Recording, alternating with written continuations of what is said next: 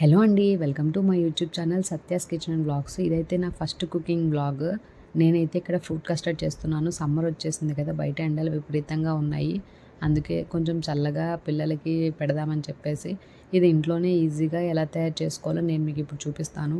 ముందుగా స్టవ్ వెలిగించుకొని ఒక గిన్నె పెట్టుకొని అందులో ఒక 1/2 లీటర్ పాల వరకు వేసుకొని ఒక పొంగు వచ్చేంత వరకు ఆగాలి. ఇప్పుడు ఒక చిన్న గిన్నె తీసుకొని అందులో పచ్చిపాలు వేసుకొని అందులో 2 టేబుల్ స్పూన్ కస్టర్డ్ పౌడర్ వేసుకొని ఉండలు లేకుండా బాగా కలుపుకోవాలి. ఇప్పుడు ఒక పొంగు వచ్చాక ఇందులో 2 to 3 టేబుల్ స్పూన్ షుగర్ వేసుకొని అది కరిగేంత వరకు కలుపుకోవాలి. షుగర్ కరిగాక మనం కలుపుకొని పక్కన పెట్టుకుని కస్టర్డ్ పౌడర్ పాలను కూడా వేసుకొని ఒక 5 నిమిషాలు లో ఫ్లేమ్ మీద థిక్నెస్ వచ్చేంత వరకు బాగా కలుపుకోవాలన్నమాట. ఈలోపు మీ దగ్గర ఫ్రూట్స్, డ్రై ఫ్రూట్స్ ఏవైతే ఉన్నాయో అవన్నీ చాలా చిన్నగా కట్ చేసుకొని పక్కన పెట్టుకోవాలి. నేనైతే ఇక్కడ బ్లూబెర్రీ, పైనాపిల్, యాపిల్ ఇంకా బనానా అన్నీ చాలా చిన్నగా కట్ చేసుకొని పెట్టుకున్నాను.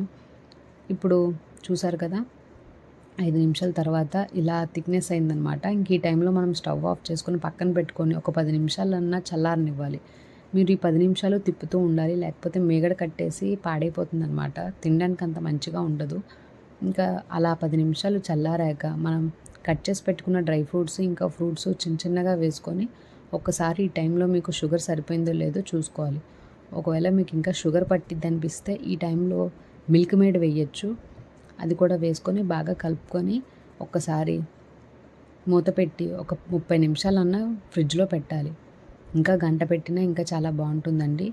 ఇంకా ఆఫ్టర్ 30 మినిట్స్ తర్వాత మీరు ఒక్కసారి కలుపుకొని సర్వింగ్ బౌల్లోకి తీసుకొని సర్వ్ చేసుకోవడమే. ఒక్కసారి స్కూల్ నుండి వచ్చే పిల్లలకి ఇలా చేసి పెట్టండి. మీ పిల్లలు తినని ఫ్రూట్స్, డ్రై ఫ్రూట్స్ కూడా ఇలా చేసి పెడితే బౌల్ మొత్తం కంప్లీట్ చేస్తారు. ఇంకా ఇలాంటి వీడియోస్ కావాలంటే ఏం చేయాలో తెలుసు కదా. Please like, share and subscribe to my